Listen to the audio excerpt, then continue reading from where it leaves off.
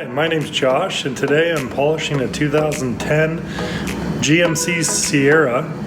The customer is an avid hunter, and he goes through a lot of forests, and there's many scratches on this truck of his. I've started a bit there. I use the 3M polishing system. But yeah, you can see the scratches there and the water staining down off the mirror there. And he does have the Linux on the bottom here. And anyways, here's the 3M system I use here. Number 1 and the number 2 and the number 3. Number 1 is the rubbing compound. The EX works excellent. And then with the black pad, number 2 is the polish. And then number 3 is the Ultrafine polish, which is more like the swirl remover. And this is an excellent system, and I'll take you through it. So I got some polish on the pad here. Sprayed a little bit of water on there.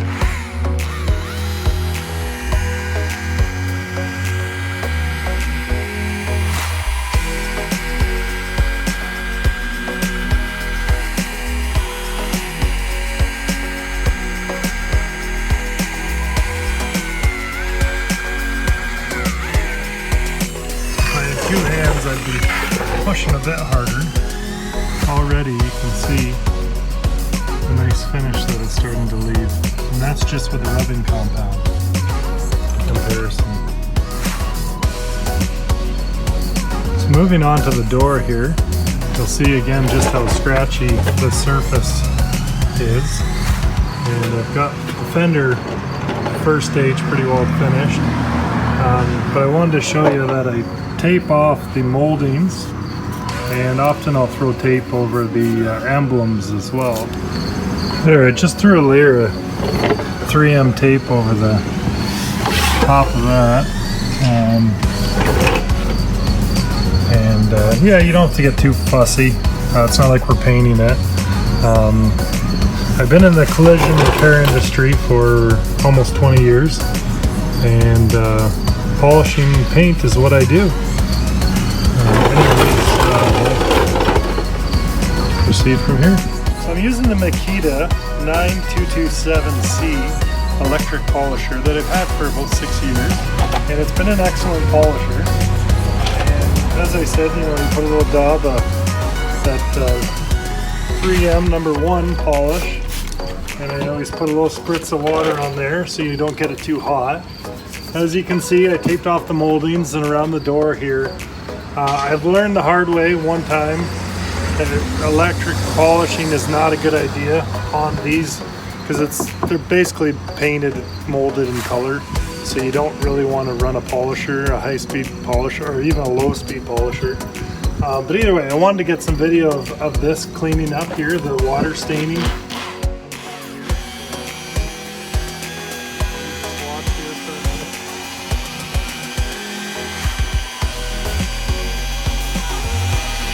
I tend to like to use as much of the surface of the pad that I can on these bigger areas, because I believe it does a better job as well, does it quicker, rather than just using an edge the whole time. You can see already the water staining is going, the scratches are starting to melt in. And again, you want to keep moving, but you're not going to burn the paint. You do not want to burn the clear.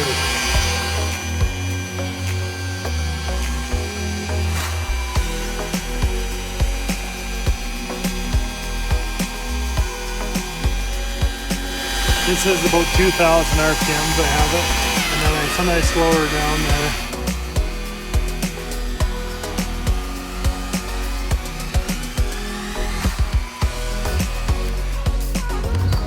Again, you can see how nice that's coming up already, and that's not even the polish, that's just the rubbing compounds.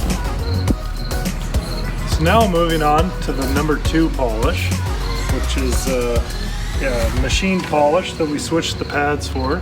So you just pull on this coupler down there and it easily releases the double-sided pad.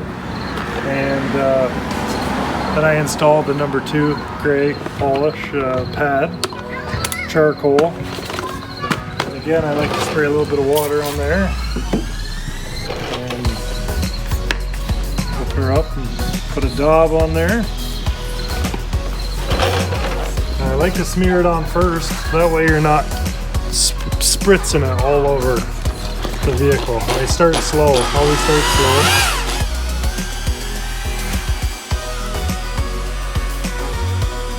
Turn the RPMs down a little bit more for this one. It's a bit more methodical in how you're applying it.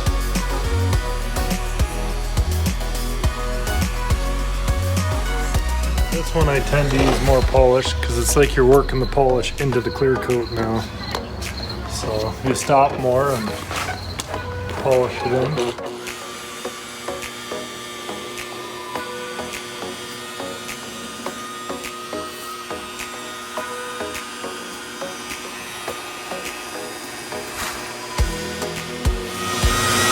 As you see, the gloss is coming up nicer and nicer, and the scratches are pretty well gone. There you have it.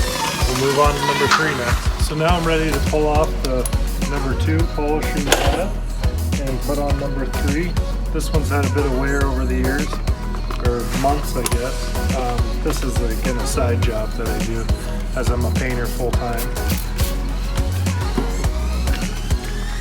So you get number 3 on there. Again, you always make sure you have a good clean pad, that there's no sand or any big contaminants on it, because this is the Ultrafine. So this is what takes the swirls out, especially when you see the sunlight on it, that you want it real nice.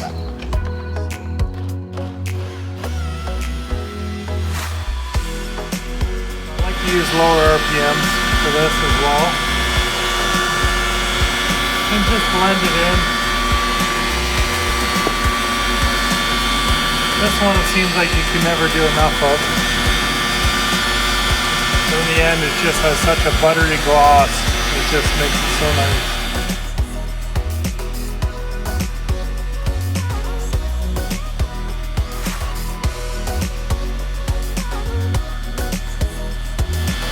See, it's working its way in.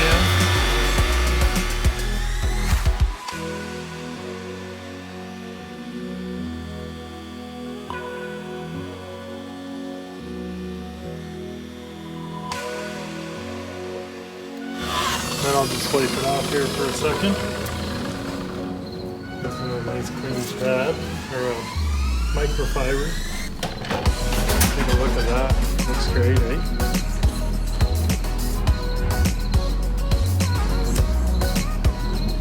To use the Presta Fast Wax.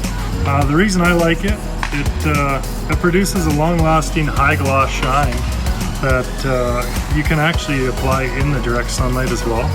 And it is actually owned by 3M as well, so it's a very good product. But you just put a dab on your application pad and apply it like so. And you know, you can wait a minute or two. Doesn't really matter too bad, but it just wipes off so nice,